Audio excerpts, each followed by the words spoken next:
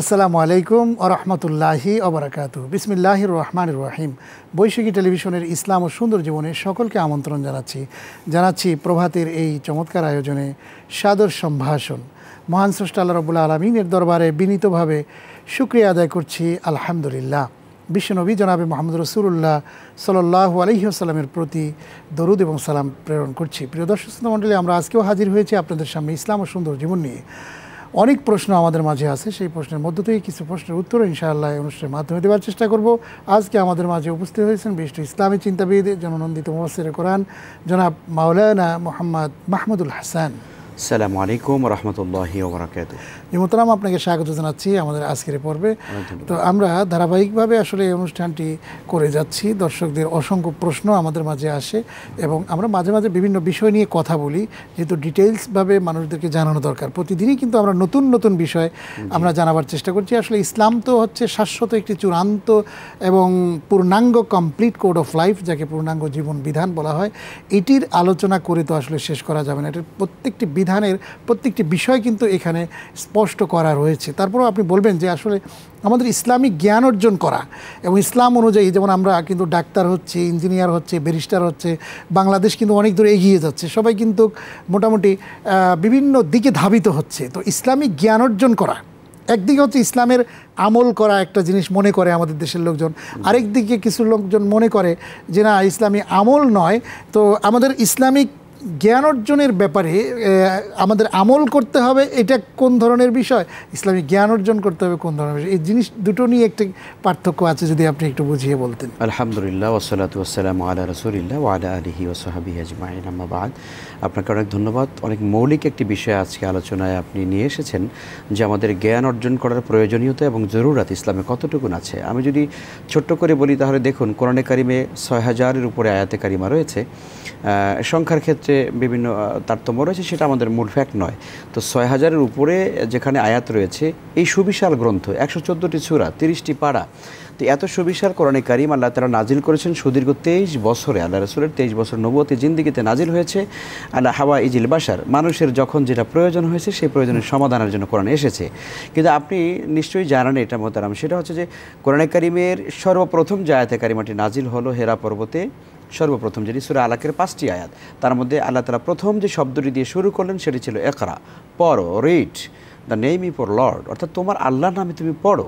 অর্থাৎ সেখানে পড়ার কথা বলা হয়েছে। এখান থেকে আমরা কি বুঝতে পারি?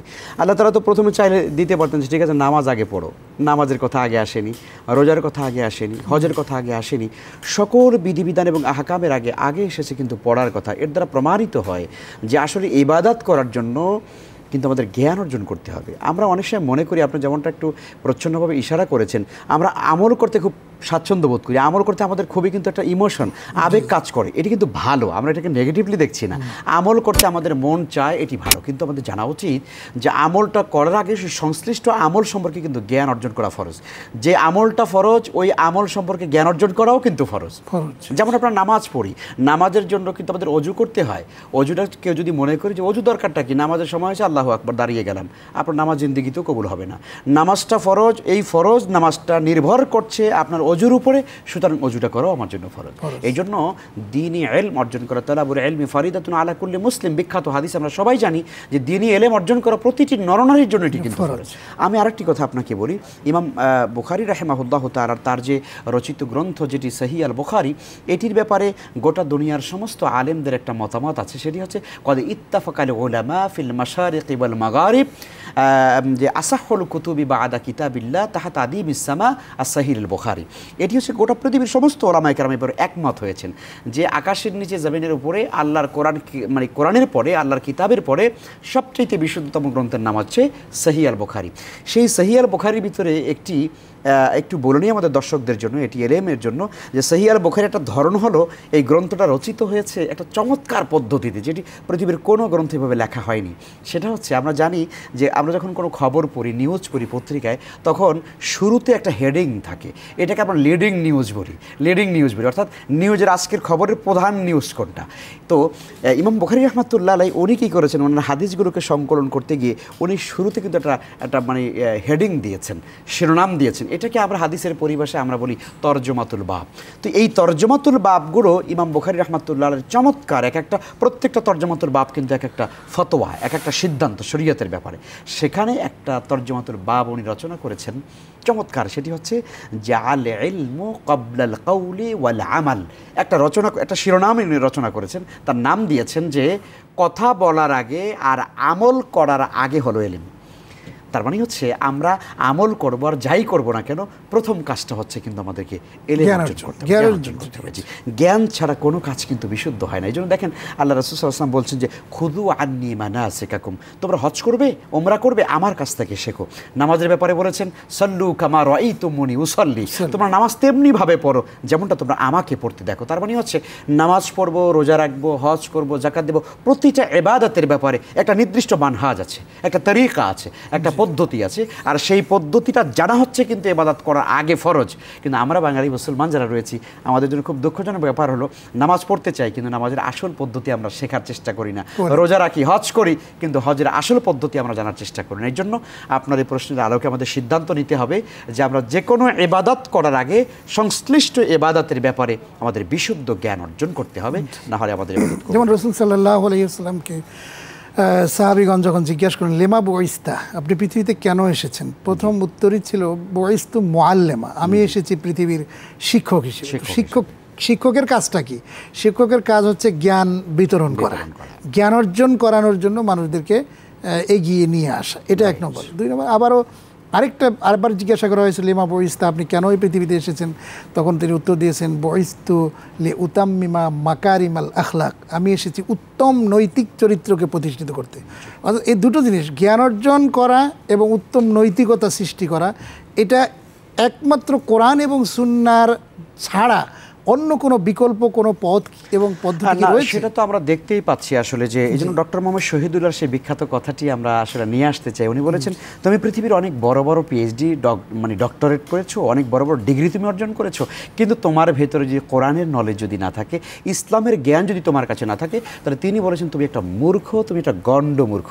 আসলে উনি বলতে চান যে পৃথিবীর সমস্ত আমার ডিগ্রিগুলো যদি আমি এক জায়গায় রাখি, আমি আসলে সত্যিকারে মানুষ হতে পারবো না। সত্যিকারে মানুষকে মানুষ বানায় কিন্তু এই কোরআনে কারিমের নৈতিকতার শিক্ষা। আজকে আমরা দেখুন, আমরা বলছি আমরা নৈতিকতার শিক্ষা চাই, আমরা মোরালিটি চাই, কিন্তু কই মোরালিটি তো হচ্ছে না। কোরআনে কারিমকে পাশ কাটিয়ে গিয়ে রসুলের সুন্নাহকে পাশ কাটিয়ে আপনি সিলেবাস থেকে কোরআনকে কাটছাট করে একদম ফেলে দিবেন, রসুলের সুন্নাহকে আপনি বাদ দিয়ে দিবেন, আর বলবেন যে আমরা একটা এমন জেনারেশন চাই যারা হবে আলোকিত মানুষ, যারা হবে নৈতিকতার জ্ঞানে গুণান্বিত। এটি কখনো সম্ভব নয়। আমরা বিশ্বাস করতে চাই রসুল সাল্লাল্লাহু, আপনি যেমনটা বলেছেন যে বুইস্তু মুআল্লিম, আল্লাহ রসুল বলেছেন, কোরআনে কারিমে আল্লাহ নিজেই বলে দিয়েছেন রসুল পৃথিবীতে কেন এসেছেন। আল্লাহ বলছেন হুয়াল্লাযী বাআসা ফিল উম্মিয়িনা রাসূলাম মিনহুম ইয়াতলু আলাইহিম আয়াতি ওয়া ইউআল্লিমুহুমুল কিতাব ওয়াল হিকমা, যে তিনি সেই রসুল যাকে আল্লাহ তাআলা প্রেরণ করেছেন, তিনি পৃথিবীতে এসে মানুষের সামনে কোরআনের আয়াতগুলো তেলাওয়াত করছেন, মানুষদেরকে শেখাচ্ছেন জ্ঞান এবং হিকমত, জ্ঞান এবং বিজ্ঞান তিনি শেখাচ্ছেন। সুবহানাল্লাহ। এই জন্য রাসূল সাল্লাল্লাহু আলাইহি ওয়াসাল্লামের শিক্ষাকে কেউ যদি মনে করেন এইটা হলো ওই আকাশের উপরের আর মাটির নিচের জ্ঞান, আপনি ভুল করলেন। এই পৃথিবীতে যদি সত্যিকারে মানুষ হতে চাই, আল্লাহর হাবিবের শিক্ষা ছাড়া, রাসূল আরবি সাল্লাল্লাহু আলাইহি ওয়াসাল্লামের শিক্ষা ছাড়া কিন্তু আমরা সত্যিকারে মানুষ হতে পারবো না। এই জন্য আমাদেরকে সেই জ্ঞানটাই অর্জন করতে হবে, কোরআন এবং সুন্নাহর প্রকৃত জ্ঞানটাই অর্জন করতে হবে। জি মোহতারাম, আসলে বর্তমান পৃথিবীতেও আমরা দেখছি এই যে যত রকমের অনৈতিকতা সমাজের মধ্যে সৃষ্টি হচ্ছে, এই অনৈতিকতাকে রোধ করবার জন্য সরকার এবং বিভিন্ন ডিপার্টমেন্ট চেষ্টা করছে কিন্তু পারছে না। শেষ পর্যন্ত তারা কিন্তু এর অনৈতিকতার মোকাবেলা করার জন্য ইসলাম প্রবর্তিত নিয়মের দিকেই কিন্তু মানুষদেরকে উৎসাহিত করবার চেষ্টা করছে। এবং এইডস হচ্ছে যে কারণে আমরা জানি, সেই এইডসের কোনো চিকিৎসাই আবিষ্কার করা সম্ভব হয়নি। সেই এইডসটি কিন্তু সৃষ্টি হচ্ছে অনৈতিক সম্পর্কের কারণে বেশিরভাগ। এবং এই অনৈতিক সম্পর্ক স্থাপনের দিকটি আজকের আধুনিক বিজ্ঞানীরা তারা করেছে যে এর আসলে কোনো ঔষধ নেই, একটাই ঔষধ, সেটা হচ্ছে ধর্মীয় মূল্যবোধ, ধর্মীয় দৃষ্টিকোণ ছাড়া মানুষের আর কোনো সম্ভব নয়। এই বিষয়টি কি বলবেন? বলেছেন আপনি। আসলে আজকে মানবতার জীবনের যে চরম একটি মানে ক্ষয় আমরা দেখতে পাচ্ছি, যে নৈতিকতার বলতে মানুষের মূল্যবোধ বলতে আজকে পৃথিবীতে কিছুই নেই। আজকে আমরা যেন পশুর মতো হয়ে গিয়েছি। খুব কষ্ট লাগে এই কথাগুলো আমাদের টেলিভিশনে বলতে, যে আজকে আমাদের নৈতিকতা এমন নিম্ন পর্যায়ে চলে গিয়েছে যে আমরা যেন মনে হচ্ছে পশুর মতো হয়ে গিয়েছে। আমাদের সব সমাজের মধ্যে সবচেয়ে বেশি সমস্যা এই দুটো নিয়েই আজকে, অশিক্ষা এবং কুশিক্ষা দুটো জিনিস কিন্তু আছে, এই একটি বিষয় রয়েছে। দ্বিতীয় নম্বরে হচ্ছে আমাদের অনৈতিকতা। এই দুটো জিনিস সমাজের মধ্যে পরিচালিত হচ্ছে। এর থেকে পরিত্রাণের উপায় কি? চমৎকার আপনি বলেছেন। আমি ইংরেজ কবি মিল্টনের একটা বক্তব্য দিয়ে শুরু করতে চাই আমার এই কথাটি। তিনি বলেছেন যে এডুকেশনের আসলে মূল উদ্দেশ্যটা কি। তিনি কিন্তু তার চমৎকার একটা বক্তব্য দিয়েছেন। হয় কি আমাদের মধ্যে এই কথাগুলো বললে অনেকে মনে করেন হ্যাঁ এটা খুব দামি কথা বলেছেন, এই দামি লোকটির কথাটা আমাদের মেনে চলতে হবে। আসলে আল্লাহর হাবিবের চাইতে দামি কথা পৃথিবীর কারণ নাই। তারপর আমরা প্রসঙ্গ করে অনেক সময় বলি। তিনি বলেছেন, মিল্টন বলেছেন যে education is the harmonious development of body, mind and soul. যে শিক্ষার মূল উদ্দেশ্যই হচ্ছে মানুষের শারীরিক, মানসিক এবং আত্মিক বা আধ্যাত্মিক উন্নতির নামে স্পিরিচুয়াল যে ডেভেলপমেন্টটা, এটা হলো শিক্ষার মূল উদ্দেশ্য। যেমনটা আপনি বলেছেন আসলে যে আমাদের বর্তমান প্রচলিত শিক্ষা ব্যবস্থা বা প্রচলিত যে ধারাটা চলছে, এর মাধ্যমে আমরা কিন্তু কাঙ্ক্ষিত নৈতিকতা সম্পন্ন জনগোষ্ঠী কিন্তু আমরা পাচ্ছি না। দেখুন আমাদের সমাজে শিক্ষার হার বাড়ছে, কিন্তু জেনা ব্যভিচারও কিন্তু সমান তালে বেড়ে যাচ্ছে। আপনি দেখুন 14ই ফেব্রুয়ারিকে কেন্দ্র করে কি হচ্ছে, মানে হাজার হাজার লাখ লাখ ব্যভিচার এবং জেনা আমাদের সমাজে কিন্তু এটা পারমিটেড হয়ে গিয়েছে। মানে মনে হচ্ছে যেন এই দিবসটাতে এটা যেন সব অনুমোদিত হয়ে গেল। অথচ আপনি যেমনটা বলেছেন যে মানে এই যে আজকে আমাদের সমাজে নানান রকমের রোগ দেখা দিয়েছে, সেখানে আপনার এইডসের মতো মহান মানে মরণবেদী, এইটা আল্লাহ তাআলা বলছেন লা তাকরাবুজ জিনা ইন্নাহু ফাহিশা ইন্নাহু কানা ফাহিশা ওয়া সাবিলা। তোমরা জেনা তো করা দূরে থাক, তোমরা জেনার নিকটবর্তী হও না। তো আমরা কি করছি এখন? আমরা অবাধ মেলামেশার নামে, আমরা ভালোবাসা দিবসের নামে, ভ্যালেন্টাইন ডের নামে, 31st নাইটের নামে নানান কেন্দ্র, নানান বিষয়কে আমরা সামনে রেখে আমরা আমাদের জৈবিক তাড়নাকে মানে চরিতার্থ করার জন্যে আমরা আজকে আমাদের মনুষ্যত্বকে ধ্বংস করে দিয়ে পশুত্বকে গ্রহণ করেছি, এবং রাস্তাঘাটে আমরা আমাদের একদম ওপেন সিক্রেট হয়ে গিয়েছে। এখান থেকে যদি আমরা বাঁচতে চাই, ইসলামী অনুশাসন ছাড়া কিন্তু আর কোনো পথ নেই। আপনি যেমনটা বলেছেন যে আজকের আধুনিক এই বিজ্ঞানটা বলছে এইডসের আসলে কোনো চিকিৎসা নাই। এইডসের একমাত্র সমাধান, কেবলমাত্র সমাধান, শুধুমাত্র সমাধান হচ্ছে ইসলামী অনুশাসন মেনে চলা। তাহলে কিন্তু আমরা আমাদের এই জেনারেশনকে বাঁচাতে পারবো। আরেকটি বিষয় আমি বলি আপনাকে, আপনার মাধ্যমে দর্শকদেরকে, সেটি হচ্ছে যে আল্লাহর ভয় ছাড়া আইন করে পৃথিবীতে কোনোদিন মানুষের সভ্য বানানো যায় না, যতক্ষণ পর্যন্ত মানুষ তার ভেতর থেকে ভালো না হয়। দেখুন আল্লাহ তাআলা সেই কথাটাই বলেছেন যে ওয়ালাউ আন্না আহলাল কুরা আমানু ওয়াত্তাকাউ লাফাতাহনা আলাইহিম বারাকাতিম মিনাস সামাই ওয়াল আরদ। আল্লাহ বলছেন কোন জনপদের অধিবাসীরা যদি আমি আল্লাহর উপর ঈমান আনে আর যদি তারা তাকওয়া অবলম্বন করে, আমাকে ভয় যদি করে, আল্লাহ বলছেন যে ওদের কোনো দুঃখ নেই, কষ্ট নেই, লাফাতাহনা আলাইহিম বারাকাতিম মিনাস সামাই ওয়াল আরদ। তাহলে আমি আল্লাহ তাআলা আকাশ এবং জমিনের সমস্ত বরকতের দরজাগুলো খুলে দেব।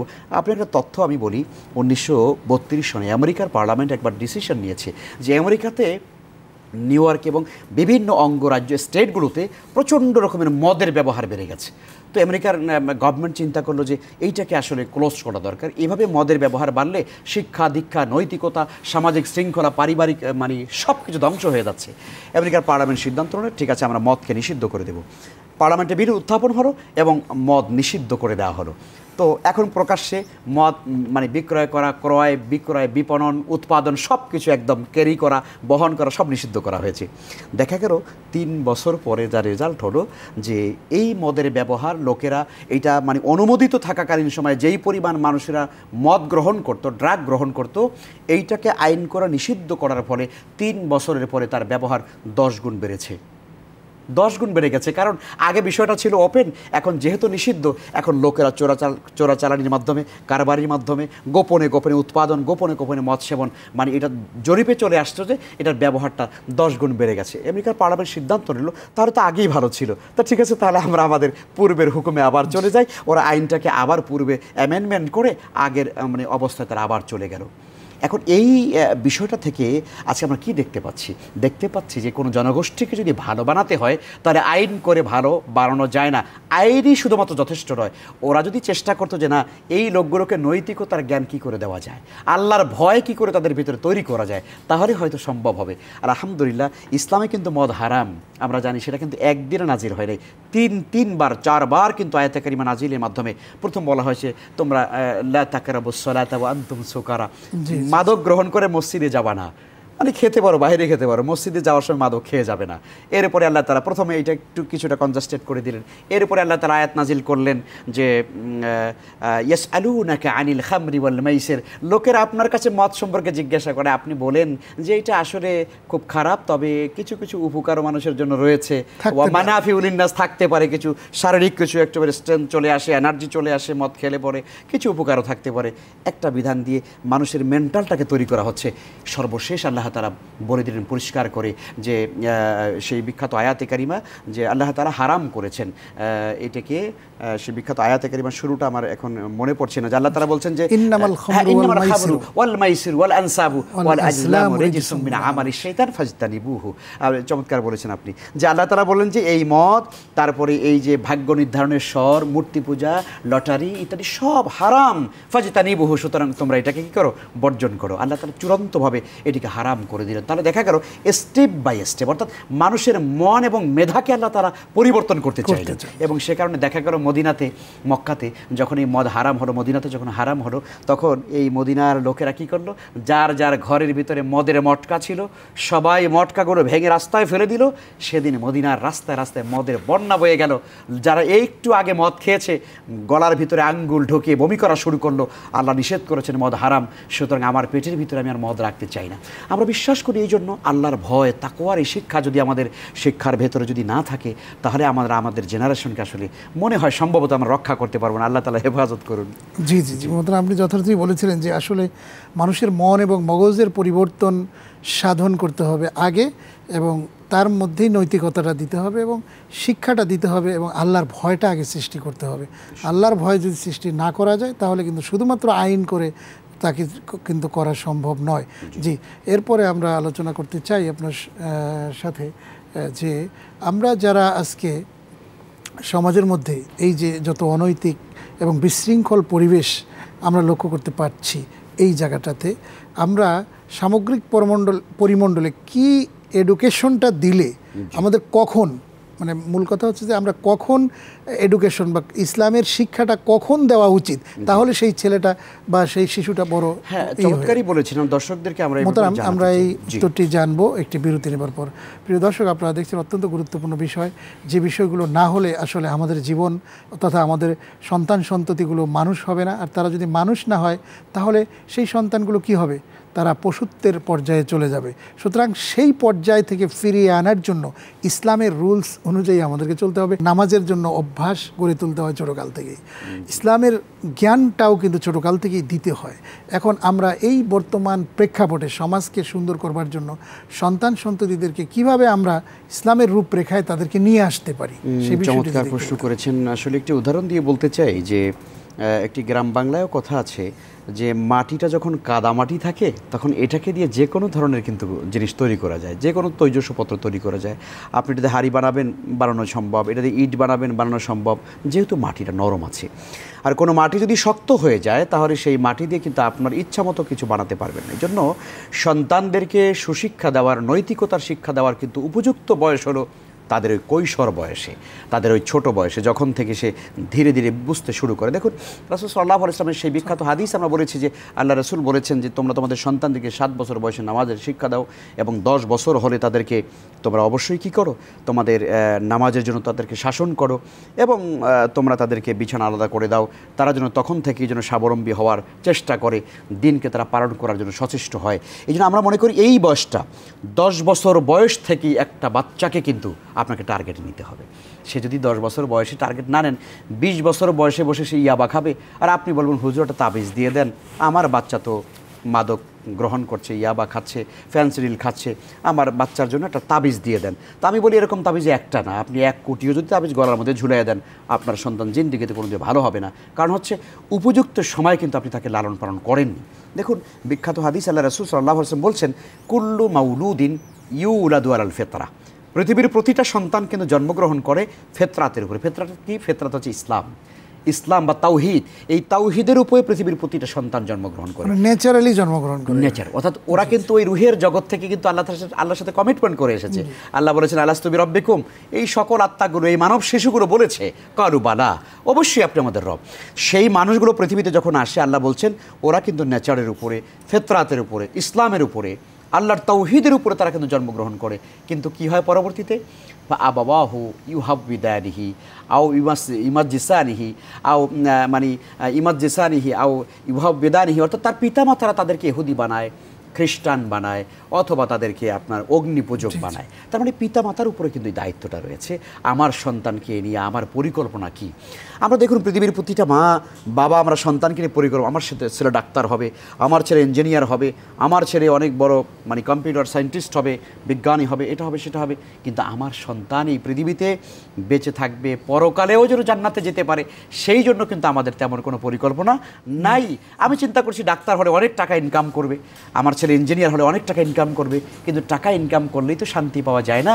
শান্তির জন্য আপনার সন্তান কী পদ্ধতি অবলম্বন করবে সেই ব্যাপারে কিন্তু আপনার সন্তানের জন্য আপনাকে একটা সক আউট করতে হবে। সন্তান 10 বছর বয়সে সে কোরআনটা ভালো করে শিখবে, 5 ওয়াক্ত নামাজ সে সুন্দর করে পড়বে, ইসলামের মৌলিক বিধানগুলো সে জানবে, পবিত্রতা জানবে, হালাল কোনটা হারাম কোনটা এটা জানবে, শরীয়তে কোনটা নিষিদ্ধ এই বিষয়গুলো জানবে।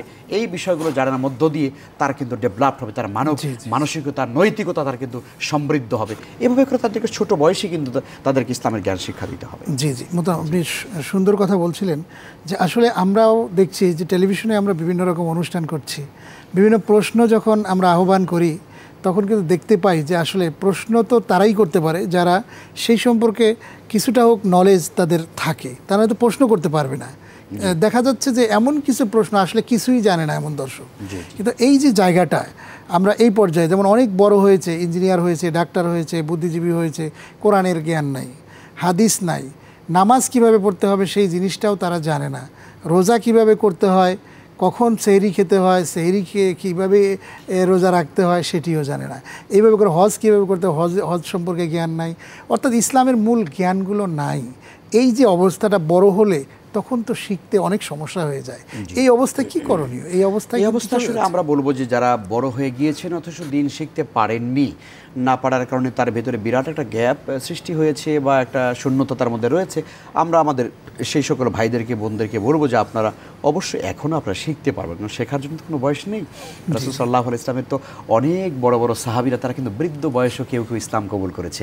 আপনি নিশ্চয়ই জানেন যে অনেক সাহাবীরা, সালমান ফার্সি রাদিয়াল্লাহু তাআলা আনহু, তিনি তো পৃথিবীর অনেক বড় বড় পণ্ডিতদের কাছে ঘুরে ঘুরে ঘুরে ঘুরে সর্বশেষ তিনি ইসলামের নবীর বা আল্লাহ রাসূলের সন্ধান পেয়ে তিনি ইসলাম কবুল করেছেন।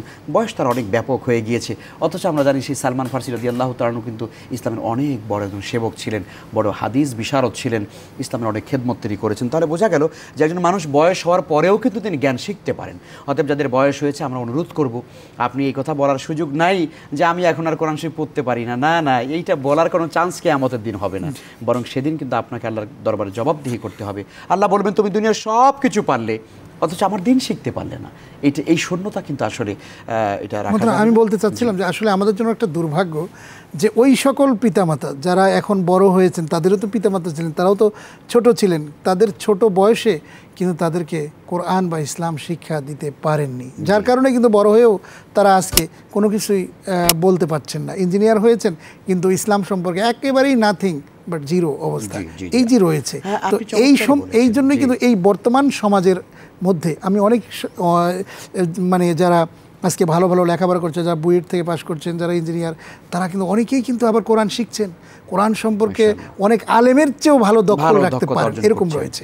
তো এই যে একটা অবস্থায় মানে সর্বশেষ আমাদের প্রায় আজকে অনুষ্ঠানে একেবারেই শেষ দিকে আমরা এসেছি, সর্বশেষ পর্যায়ে বলবেন যে আমরা যারা আজকে দায়িত্ব যারা কোরআন এবং যারা ইসলাম নিয়ে গবেষণা করি, রিসার্চ করি, তারা কি এই জিনিসটি মানুষের রন্ধ্রে রন্ধ্রে কোরআনের দাওয়াতকে কিভাবে পৌঁছিয়ে দেওয়া যায়, কোরআন যে একটা শাশ্বত পূর্ণাঙ্গ জীবন বিধান, এটা রিসার্চমূলক একটা গবেষণালব্ধ বিষয়, সকলের মাঝে কিভাবে ফুটানো যায় সেই বিষয়টি যদি বলতেন। জি আলহামদুলিল্লাহ, সেটি আমরা অবশ্যই প্রত্যেকের উপরে দায়িত্ব রয়েছে। আমি নিজে দিন মানবো এবং দিনের এই প্রচারের কাজটা করবো। এটি তো আল্লাহ তাআলা বলেছেন ওমান আহসানু কাওলাম মিম্মান দাআ ইলাল্লাহ ওয়া আমিলা সালিহান ওয়া ক্বালা ইন্নানি মিনাল মুসলিমিন। তার আমার কথার চাইতে কার কথার উত্তম হতে পারে, যে মানুষদেরকে আল্লাহর পথে আহ্বান করে এবং নিজেও নেক আমল করে।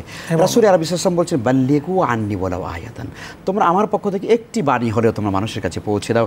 বিদায় হজের ময়দানে রাসূল আরবি সাল্লাল্লাহু জাবাল রহমতের পাদদেশে দাঁড়িয়ে প্রায় ১৬ লক্ষ সাহাবীদের সামনে তিনি বলেছিলেন ফালিউবাল্লিগু শাহিদুল গায়বা, আজকে যারা তোমরা উপস্থিত আছো, যারা অনুপস্থিত তাদের কাছে আমার এই দাওয়াত পৌঁছে দিবে। সুতরাং কোরআনে কারিমের এই শাশ্বত বাণী, এই শাশ্বত দাওয়াত, এই চিরন্তন বিধানের কথাগুলো আমরা নিজেরা মানব এবং যে সকল ভাইরা মানতে পারেনি তাদের কাছে আমরা দাওয়াতটা পৌঁছে দেবো ইনশাআল্লাহ তাআলা। অনেক ধন্যবাদ। অত্যন্ত চমৎকারভাবে আসলে আমাদের ব্যক্তি জীবন, পারিবারিক, সামাজিক, রাষ্ট্রীয়, সামগ্রিক পরিমণ্ডলে কিছু দায়িত্ব রয়েছে, কর্তব্য রয়েছে, সেই বিষয়গুলো আপনি আজকের এই অনুষ্ঠানে উপস্থাপন করেছেন। আমরা সেই বিষয়গুলো যদি মানি, অনুসরণ করি, তাহলে আমরা সফল কাম হব বলে বিশ্বাস করি। আপনাকে অনেক ধন্যবাদ। বৈশাখী টিভির ইসলাম ও অনেক ধন্যবাদ আপনাকে। প্রিয় দর্শক, আজ শেষ করবো, তবে শেষ করার আগে জানিয়ে দিচ্ছি ইসলামের মৌলিক বিষয়ে যে কোনো প্রশ্ন পাঠাতে আপনার মোবাইলের মেসেজ অপশনে গিয়ে টাইপ করুন BSK স্পেস আপনার নাম স্পেস আপনার ঠিকানা স্পেস আপনার প্রশ্ন, পাঠিয়ে দিন 6969 নম্বরে। আমাদের কাছে ইমেইলেও প্রশ্ন পাঠাতে পারেন IST@বৈশাখী.tv এই অ্যাড্রেসে। এছাড়াও facebook.com/ইসলাম ও সুন্দর জীবন ফেসবুক পেজেও আপনার গুরুত্বপূর্ণ মতামত, প্রশ্ন আমাদেরকে পাঠাতে পারেন। হ্যাঁ প্রিয় দর্শক শ্রোতামণ্ডলী, আসলে আমাদের জানতে হবে, মানতে হবে এবং অনুধাবন করতে হবে, এবং সেই সাথে আমাদেরকে আমল করতে হবে, অর্থাৎ কাজ করতে হবে এবং প্রকৃত বিষয়গুলো উপলব্ধি করতে হবে। আমরা সবাই যাতে করে সেই চেষ্টা চালিয়ে যাই, এই হোক আমাদের প্রত্যাশা। আজ শেষ করব, আবার দেখা হবে। আল্লাহ হাফেজ। আসসালামু আলাইকুম ওয়া রাহমাতুল্লাহি ওয়া বারাকাতুহু।